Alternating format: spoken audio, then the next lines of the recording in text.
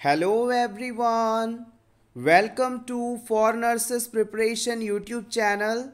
I am Neeraj Kumar Kathal. Today is 18 May 2022 and today's important MCQs for upcoming nursing recruitment exams are: first question. The total weight gain during the course of singleton pregnancy in the healthy woman is about. किसी women में single baby की pregnancy होने पर उसका कुल वज़न कितना बढ़ता है ये आपको बताना है। 6 to 8 kgs, 3 to 7 kgs, 11 to 14 kgs या फिर 5 to 7 kgs।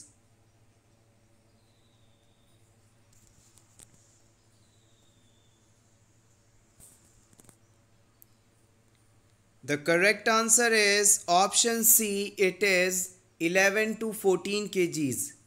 याद रखिएगा, प्रेगनेंसी के दौरान एक हेल्दी वुमेन में 11 से 14 किलो तक वज़न बढ़ सकता है। कई बार एग्ज़ाम में आपसे पूछ लिया जाता है कि मैटरनल साइड अलग अलग बॉडी पार्ट्स का कितना वेट गेन देखने को मिलता है। तो एग्ज़ाम पॉइंट ऑफ व्यू से कुछ इम्पॉर्टेंट पॉइंट्स हैं, जैसे कि प्रेगनेंसी के दौरान यूट्रस का वज़न 900 से 1000 ग्राम्स यानी कि लगभग 1 केजी के आसपास हो जाता है। ब्रेस्ट की बात की जाए तो इनमें 500 ग्राम्स तक का वेट गेन देखने को मिलता है। ब्लड की बात की जाए तो 1200 से 1500 ml ब्लड जो है बढ़ जाता है। फैट की बात की जाए तो अराउंड 400 ग्राम फैट इंक्रीज़ होता है। एक्स्ट्रा सेल्यूलर फ्लूइड यानी सेल से बाहर जो लिक्विड है उसकी मात्रा भी प्रेगनेंसी के दौरान बढ़ती है। ये करीब 1200 ml तक इंक्रीज़ हो सकता है। आप चाहें तो इसका स्क्रीनशॉट ले सकते हैं, सभी इंपॉर्टेंट पॉइंट्स हैं। इसके अलावा फीटस के बारे में भी आपसे पूछ लिया जा सकता है कि टर्म प्रेगनेंसी पर बच्चे का वज़न कितना होता है, तो आप बता सकते हैं 3000 से 3500 ग्राम्स, या फिर इसे आप थोड़ा करेक्ट कर लें 2.5 से 3.5 kgs तक आप बता सकते हैं इसे। ये वैल्यू थोड़ी सी ज़्यादा है बट डिपेंड करता है एग्ज़ामिनर ने आपको ऑप्शन में क्या दिया है।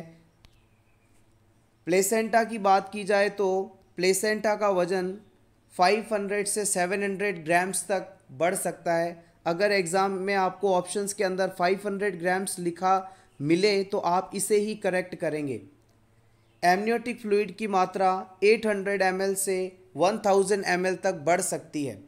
एमनियोटिक फ्लूइड वह फ्लूइड है जो प्रेगनेंसी के दौरान फीटस को चारों तरफ से घेर कर रखता है, उसे सुरक्षा प्रदान करता है। Next question, Which foods are a good alternative for those who don't like drinking milk? उन अल्टरनेट फूड सब्सटेंस का नाम आपको सेलेक्ट करना है उन लोगों के लिए जिन्हें दूध अच्छा नहीं लगता।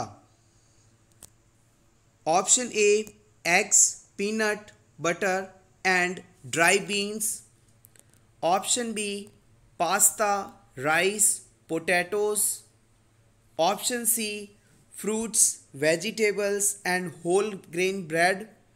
Option D, cream soups, pudding and low fat cheese.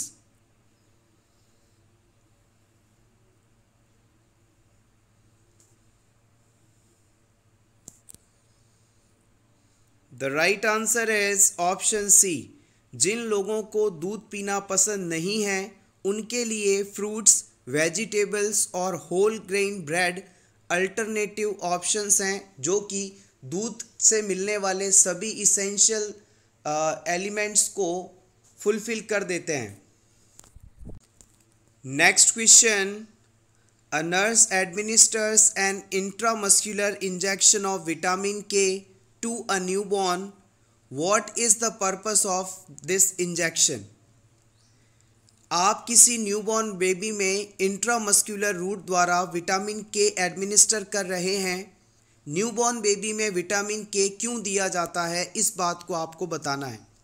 Option 1, maintains the intestinal floral count, ये उस बच्चे में इंटेस्टाइन के अंदर बैक्टीरिया की संख्या को मेंटेन करेगा। या फिर promotes proliferation of intestinal flora, ये इंटेस्टाइन में बैक्टीरिया की मात्रा या संख्या को बढ़ाएगा।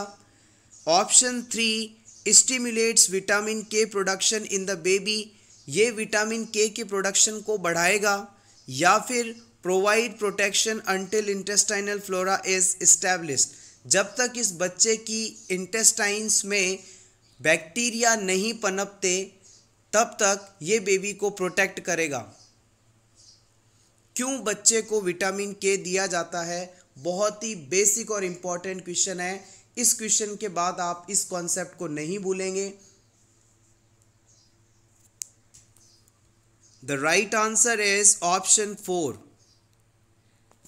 जब तक बच्चे की इंटेस्टाइन के अंदर हेल्दी बैक्टीरिया जो कि विटामिन के का फॉर्मेशन करते हैं वो नहीं डेवलप हो जाते, नहीं आ जाते, तब तक ये विटामिन के जो है बच्चे में ब्लीडिंग डिसऑर्डर से प्रिवेंशन देगा, यानी बच्चे में ब्लीडिंग ना हो इस चीज़ को प्रिवेंट करेगा। आइए रैशनल जान लेते हैं। विटामिन के prevents hemorrhagic disease of newborn because it activates the coagulation factor in liver. Vitamin के ब्लीडिंग डिसऑर्डर्स या हेमरेजिक डिजीज कंडीशंस को रोकने में मददगार है और विटामिन के द्वारा ही हमारे लीवर में 4 इम्पॉर्टेंट क्लॉटिंग फैक्टर्स का निर्माण होता है। Intestinal flora which synthesizes vitamin K is absent in newborn because the GI tract is sterile. जैसे ही बच्चा जन्म लेता है, जन्म लेने के बाद बच्चे की इंटेस्टाइन पूरी तरह से स्टेराइल होती हैं, यानी साफ होती, इनमें किसी भी प्रकार का सब्सटेंस या बैक्टीरिया मौजूद नहीं होता और इंटेस्टाइन में बैक्टीरिया की प्रेजेंस ना हो पाने के कारण बच्चे में विटामिन के का फॉर्मेशन भी नहीं हो पाता। With feeding and adaptation to environment, intestinal flora become established. जैसे जैसे बच्चा फीडिंग लेता है और एनवायरनमेंट में खुद को एडजस्ट करने की कोशिश करता है, उसकी इंटेस्टाइन में ये हेल्दी बैक्टीरिया, अच्छे बैक्टीरिया डेवलप होते हैं और बच्चे में विटामिन के का फॉर्मेशन भी शुरू करवा देते हैं। आप चाहें तो इसका स्क्रीनशॉट ले सकते हैं।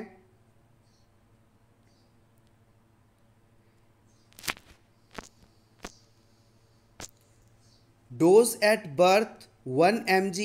It should be given intramuscular IM route in vastus lateralis muscles of the medial lateral thigh.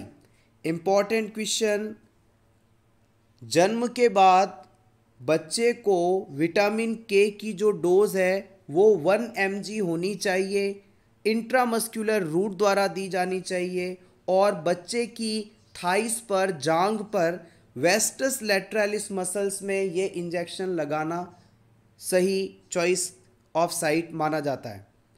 In case of preterm baby the dose of vitamin K should be given 0.5 mg intramuscularly. अगर बच्चे का जन्म preterm हुआ है तो आप इसे 1 mg की बजाय हाफ डोज यानी 0.5 mg दे सकते हैं, लेकिन साइट और मेथड दोनों सेम रहेंगे। Take screenshot for your revision. Next question. One of the following is used in the acute chest pain. इन चारों ऑप्शंस में से आपको उस टेस्ट को सेलेक्ट करना है जो किसी पेशेंट में अचानक हो रहे चेस्ट पेन को असेस करने के लिए यूज़ किया जा सकता है। SGOT एस्टिमेशन, ट्रोपोनिन टी और I estimation, blood cholesterol estimation या फिर LDH एस्टिमेशन।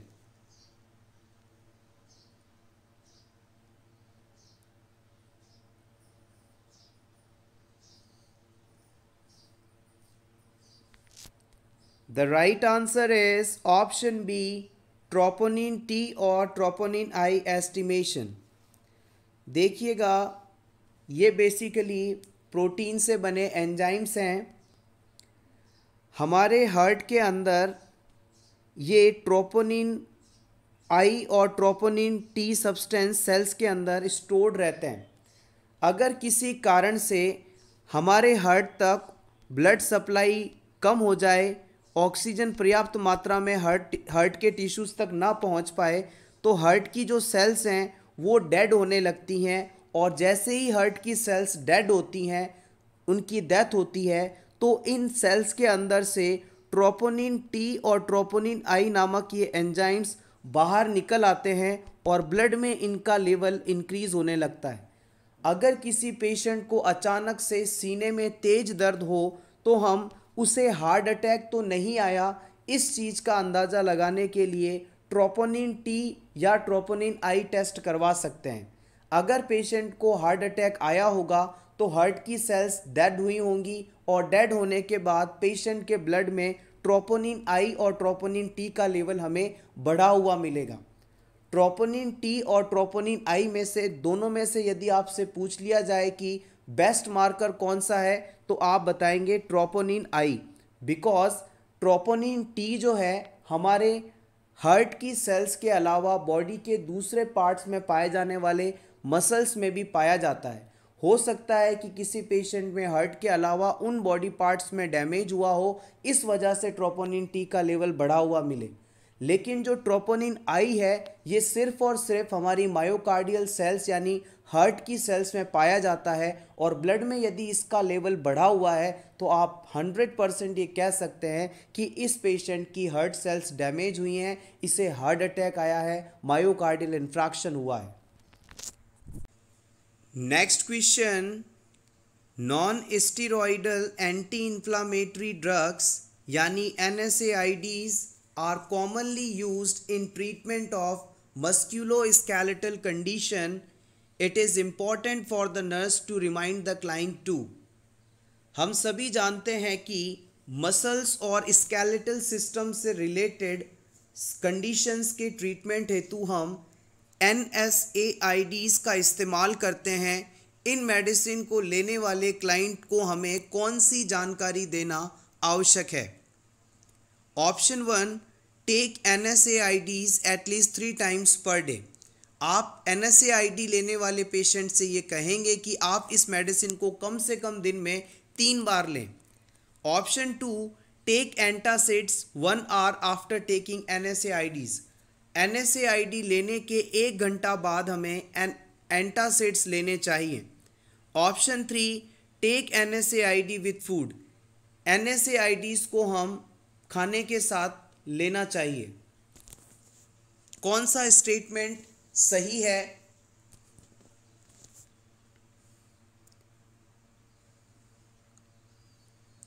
इस तरह के इजी क्वेश्चंस आपको कंफ्यूज कर सकते हैं। Be careful while answering.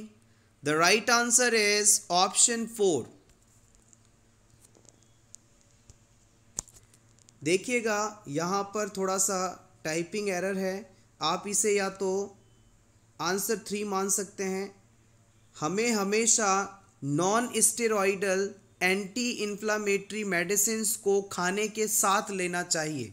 इसके पीछे का रैशनल ये है कि जो NSAID मेडिसिन्स होती हैं, हमारे स्टमक की जो म्यूकस मेम्ब्रेन होती है उसे इरिटेट कर सकती हैं, अल्सर फॉर्म कर सकती हैं, घाव बना सकती हैं। तो हमेशा NSAID को आप खाने के साथ या खाने के बाद लें। इससे आपका स्टमक डैमेज नहीं होगा, वहाँ इरिटेशन नहीं होगी। NSAID मेडिसिन जनरली दिन में 1 या 2 बार ली जाती हैं, so this is incorrect. NSAID medicine antacids के साथ या उसके आसपास लेने पर इनका जो एब्जॉर्प्शन है वो कम हो जाता है। इसलिए एंटासिड्स और NSAID मेडिसिन के बीच में टाइम गैप होना चाहिए ताकि उसका एब्जॉर्प्शन हो सके। Next question, a client with pancreatitis has been transferred to the intensive care unit which order would the nurse anticipate? एक पेशेंट जिसे पैंक्रियाटाइटिस डिजीज़ है, आईसीयू में शिफ्ट किया जाता है और इस पेशेंट को आईसीयू में आने के बाद डॉक्टर द्वारा कौन सा ट्रीटमेंट ऑप्शन दिया जाएगा, ऐसा एज अ नर्स आप अनुमान लगाते हैं। नर्स के द्वारा इस पेशेंट को क्या ट्रीटमेंट दिया जाएगा, उस अनुमान को आपको लगाना है। एंटीसिपेट करना, अनुमान लगाना, गैस करना।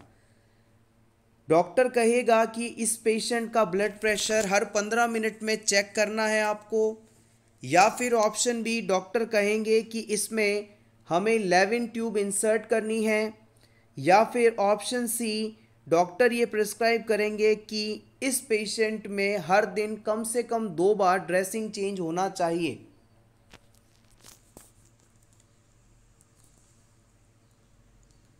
The right answer is option B. Pancreatitis वाले पेशेंट में लेविन ट्यूब लगाने का ऑर्डर दिया जा सकता है या मोस्टली दिया जाता है। पैंक्रियाटाइटिस वह कंडीशन है जिसमें हमारे या पेशेंट के पैंक्रियास के अंदर इन्फ्लामेशन हो जाती है और पैंक्रियाटाइटिस वाले पेशेंट को लगातार नौजिया और वॉमिटिंग होती रहती है। तो इस पेशेंट को आईसीयू में शिफ्ट करने के बाद इसमें लेविन ट्यूब लगाई जाएगी। लेविन ट्यूब को आप नेज़ोगैस्ट्रिक ट्यूब के नाम से भी जानते हैं।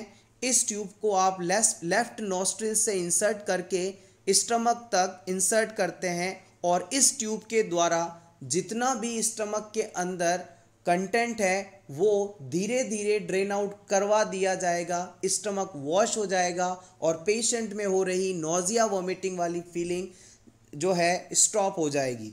सो Levin tube is essential for the patient who is having pancreatitis condition. Next question, the newborn maturity rating is done using. किसी न्यूबॉर्न बेबी में उसकी बॉडी कितनी मैच्योर है, इस चीज़ का असेसमेंट करने के लिए आप किस स्केल का या स्कोरिंग सिस्टम का इस्तेमाल करते हैं, ये आपको बताना है। अपगार स्कोरिंग, बेलार्ड स्कोरिंग या ओलेंडर स्कोरिंग।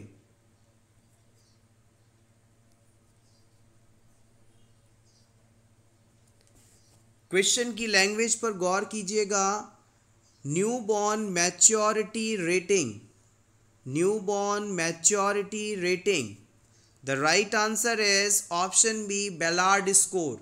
Yes, exactly. न्यूबॉर्न कितना मैच्योर है, इस चीज़ को असेस करने के लिए आप हमेशा बेलार्ड स्कोर का इस्तेमाल करेंगे। इस मैच्योरिटी वर्ड को आप याद रखिएगा। Maturity rating done by Ballard score. Let's see the rationale. Newborn physiological condition is measured by Apgar score. याद रखिएगा, न्यूबॉर्न में फिजियोलॉजिकल कंडीशन कैसी है, बॉडी की फिजियोलॉजी या फंक्शनिंग कैसी है, इस चीज़ को रेट करने के लिए या मेजर करने के लिए हम अपगार स्कोर का इस्तेमाल करते हैं, जबकि बच्चे की मैच्योरिटी को देखने के लिए बेलार्ड स्कोर का इस्तेमाल किया जाता है। अपगार स्कोर के अंदर मिनिमम स्कोर 0 होता है और मैक्सिमम 10 होता है। 10 स्कोर मिलना बच्चे के हेल्दी होने को बताता है, जबकि 0 स्कोर बच्चे के अनहेल्दी या डिस्ट्रेस कंडीशन को शो करता है। Priority gives heart rate rather than respiratory because after birth all of newborn respiratory pattern is irregular। ये क्वेश्चन भी प्रीवियस एग्जाम में पूछा गया है कि अपगार स्कोर जब हम जन्म के बाद परफॉर्म करते हैं उसमें हार्ट रेट को प्रायोरिटी दी जाती है या फिर रेस्पिरेटरी रेट को, पैटर्न को। तो आप हमेशा याद रखें कि जन्म के बाद बच्चे का जो रेस्पिरेशन स्पॉन्टेनियसली स्टार्ट होता है, तो ज़्यादातर बच्चों में, न्यूबॉर्न बेबीज़ के अंदर जो रेस्पिरेशन का पैटर्न है वो इर्रेगुलर होता है। इसलिए हम अपगार स्कोरिंग में रेस्पिरेशन का पैटर्न इम्पॉर्टेंट नहीं मानते हैं, सबसे ज़्यादा इम्पॉर्टेंट हार्ट रेट को माना जाता है। आप चाहें तो इसका स्क्रीनशॉट ले सकते हैं। Newborn maturity is measured by Ballard score. Question number 8, most serious adverse effect seen with statins, या फिर आप इसे स्टैटिन्स भी कह सकते हैं, थोड़ा सा स्पेलिंग मिस्टेक है। अगर किसी पेशेंट को स्टैटिन्स दिए जा रहे हैं तो इसका मोस्ट सीरियस साइड इफ़ेक्ट क्या हो सकता है? रैप्डोमायोलाइसिस, गैस्ट्रोइंटेस्टाइनल डिस्टर्बेंस, हाइपोग्लाइसीमिया या हाइपोथायरॉयडिज्म।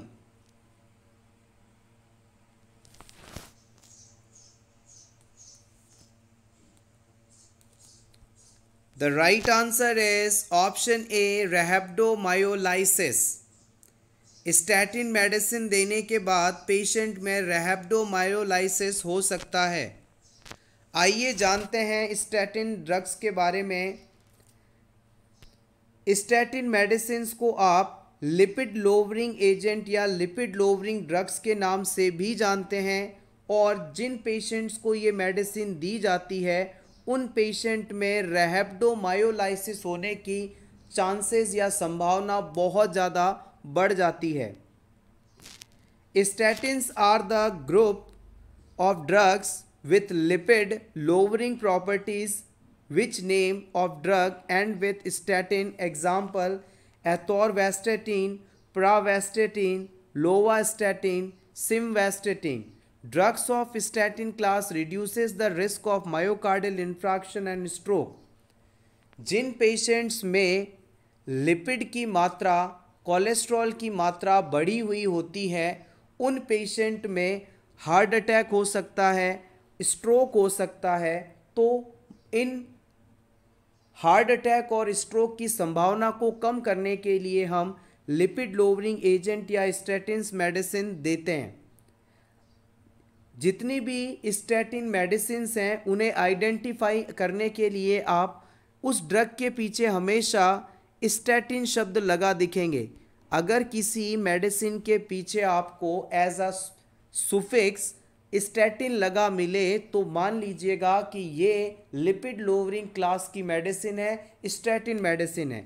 एग्जाम्पल की बात की जाए तो एथोरवास्टेटिन, pravastatin, lovastatin, simvastatin.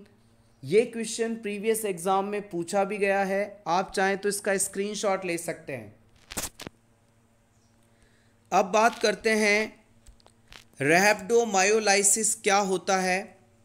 रैप्डोमायोलाइसिस is a serious syndrome due to direct और indirect muscle injury. Rhabdomyolysis condition muscle injury के कारण होने वाली सिचुएशन है। It results from death of muscle fibres and release of their contents into blood stream. ये disease muscles के dead होने के बाद मसल्स के कंटेंट का ब्लड में आना होता है। This can lead to serious complication such as renal failure, और मसल्स के द्वारा रिलीज किए गए इन कंटेंट के द्वारा किडनी फेलियर तक हो सकता है। ये बहुत ही खतरनाक कंडीशन है। Symptoms include dark reddish urine.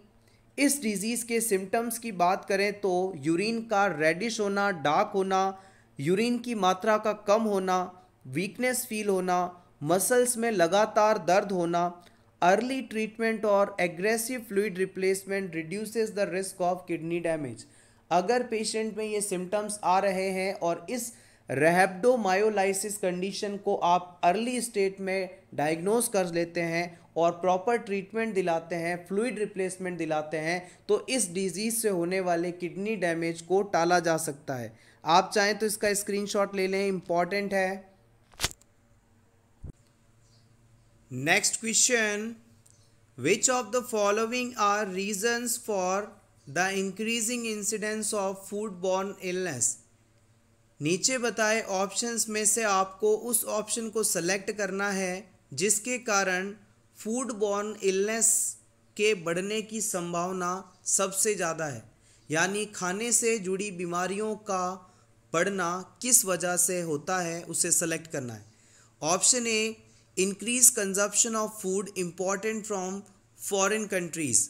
विदेशों से मंगाए गए खाने की मात्रा खाने में बढ़ाने के कारण, या फिर option B increase number of individuals eating in restaurants, बाहर रेस्टोरेंट्स में ज़्यादा खाना खाना, या फिर ऑप्शन सी दोनों ही।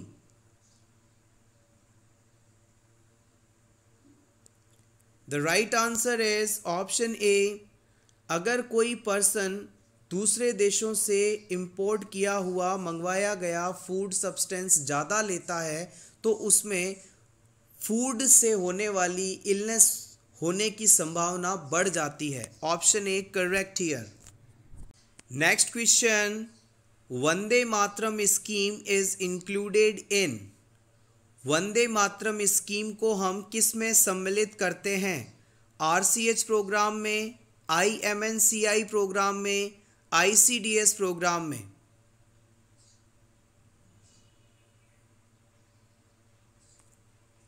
The right answer is option A. Vande Mataram scheme को हम आरसीएच प्रोग्राम में इंक्लूड करते हैं।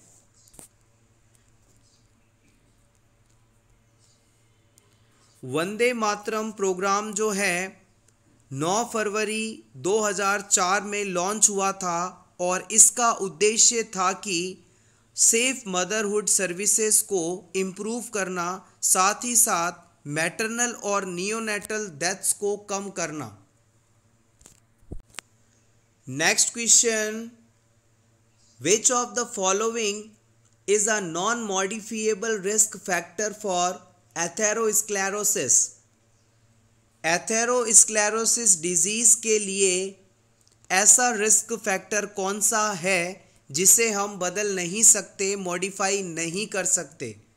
Option A cigarette smoking, option B hyperlipidemia, option C female over age 55 years, option D sedentary lifestyle. बहुत ही इजी क्वेश्चन है। Yes, all are correct. Option C is right here. यहाँ पर हम किसी भी पर्सन की एज को नहीं बदल सकते, इसलिए option C is a non modifiable risk factor for atherosclerosis. Cigarette smoking हम छुड़वा सकते हैं। हाइपरलिपिडीमिया कंडीशन में लिपिड की मात्रा कम देकर हम इसे करेक्ट कर सकते हैं। सीडेंट्री लाइफस्टाइल को हेल्दी लाइफस्टाइल में चेंज करवाया जा सकता है। So option C is correct here. आइए अब जान लेते हैं कि एथेरोस्क्लेरोसिस कंडीशन होती क्या है। Atherosclerosis is a disease in which plague builds up inside your arteries. जब किसी पेशेंट की आर्टरीज के अंदर कोई प्लेग का बिल्डअप हो जाए, यानी किसी क्लॉट का बिल्डअप हो जाए, तो इसे हम एथेरोस्क्लेरोसिस के नाम से जानते हैं। ये प्लेग जो है कैल्शियम, कोलेस्ट्रॉल या किसी और सब्सटेंस का बना हो सकता है, और जैसे जैसे समय बीतता है ये जो प्लेग है हार्ड होता जाता है, और इस हार्डनेस के कारण जो ब्लड जो है उसका फ्लो भी ऑब्स्ट्रक्ट होता है, ब्लड वेसल की साइज नैरो होती है, और आगे वाइटल ऑर्गन्स तक ब्लड सप्लाई भी प्रॉपर नहीं हो पाती।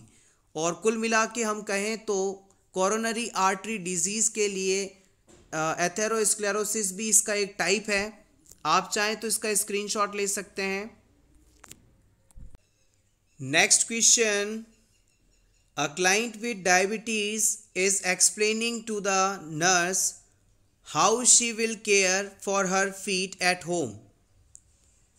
किसी पेशेंट को डायबिटीज है और इस पेशेंट को एज अ नर्स आप समझा रहे हैं कि उसे हॉस्पिटल से जाने के बाद अपने पैरों का ख्याल किस प्रकार से रखना है, पैरों की केयर किस प्रकार से करनी है।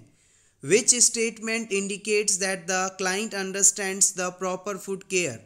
आपको आपके द्वारा समझाने के बाद क्लाइंट इन तीनों ऑप्शंस में से कौन सा स्टेटमेंट बोले तो आप ये मान लेंगे कि अब इस पेशेंट को समझ में आ चुका है कि फुट केयर कैसे करनी है। ऑप्शन 1 कहता है I should inspect my feet at least once a week. मैं अपने पैरों को हफ्ते में एक बार चेक करूँगा।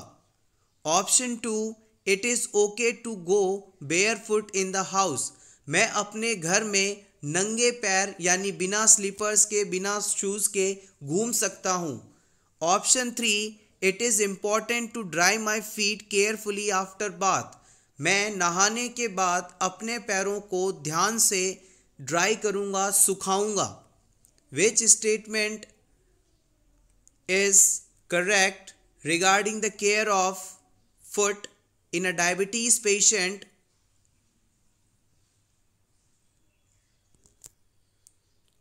The right answer is option 3. It is important to dry my feet carefully after bath. Bathing के बाद, नहाने के बाद पैरों को ड्राई करना बहुत ही इम्पॉर्टेंट है। It is important to dry the feet carefully after a bath to prevent fungal infection. Diabetes वाले पेशेंट को अपने पैर ड्राई रखने बहुत ही आवश्यक हैं, अदरवाइज फीट एरिया में फंगल इन्फेक्शन हो सकता है। Diabetic client should inspect their feet daily and should wear shoes that support their feet while in house. Diabetes वाले पेशेंट को हमेशा हर दिन अपने पैरों को इंस्पेक्ट करते रहना चाहिए, उन्हें देखते रहना चाहिए कि वहाँ किसी प्रकार का कोई घाव तो नहीं, कोई ब्लिस्टर तो नहीं या कोई चोट तो नहीं।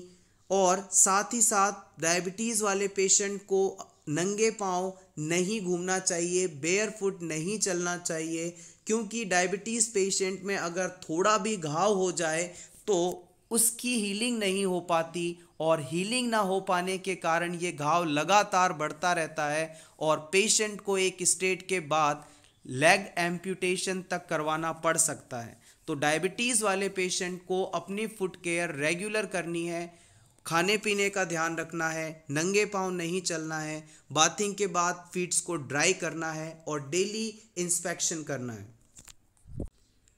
Next question, panchayati Raj agency at block level is. Block level पर पंचायती राज एजेंसी कौन सी होती है, आपको ये बताना है। ग्राम पंचायत, ब्लॉक पंचायत, पंचायत समिति या जिला परिषद।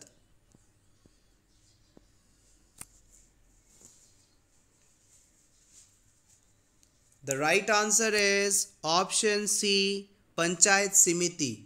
ब्लॉक लेवल पर पंचायत समिति काम करती है। Option C is correct here. Next question, the artery commonly affected during the myocardial infarction। Myocardial infarction या हार्ट अटैक आने पर कौन सी आर्टरी सबसे ज़्यादा प्रभावित होती है? Renal artery, coronary artery, hepatic artery या कैरोटिड आर्टरी?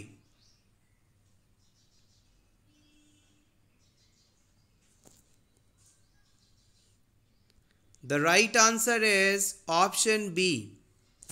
देखिएगा, रीनल आर्टरी किडनी को सप्लाई करती हैं, हेपेटिक आर्टरी लीवर के पास हैं और carotid artery head and neck part को सप्लाई करती हैं, और कोरोनरी आर्टरी जो है हार्ट को ब्लड सप्लाई पहुंचाती हैं। और मायोकार्डियल इन्फ्रैक्शन जो है हार्ट से रिलेटेड कंडीशन है, तो इस प्रकार से भी आप गैस कर सकते हैं। हार्ट को ब्लड सप्लाई कोरोनरी आर्टरी पहुंचाती है और हार्ट अटैक आने पर कोरोनरी आर्टरी ही सबसे ज़्यादा प्रभावित होने वाली ब्लड वेसल है। Thank you so much everyone for watching this complete video.